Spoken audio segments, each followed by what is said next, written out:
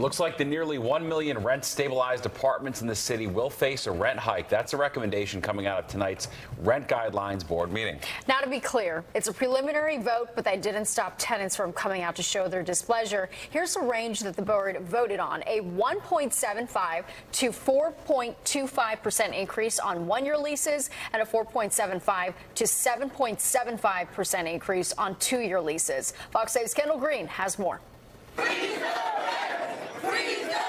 Despite how loud and how passionate, the calls opposing rent hikes on the roughly 1 million rent-stabilized apartments in the city went unanswered for the 5th year in a row by the Rent Guidelines Board.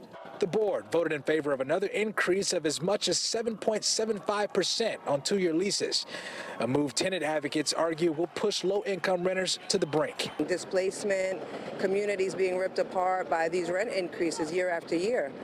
And it's just not fair to tenants. Landlord Aligned board members initially proposed an 8 to 10% increase on two-year leases, saying the cost of maintaining buildings is skyrocketing. Much of this housing was built before 1974. It takes a lot of money to upkeep aging buildings, and small property owners in particular do not have access to institutional capital.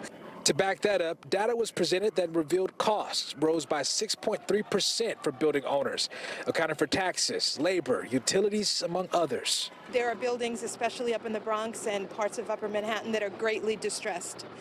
They're unable to meet their operating expenses. They can't keep up with their property taxes. The water and sewer bills are rising. Yet tenants argue the hike is just lining the pockets of landlords. Their income is up 12%. It hasn't been up 12% since the 90s. I'm an 80-year-old woman, and I can't do it. I've been injured since '92. Some people are having to go without basic needs.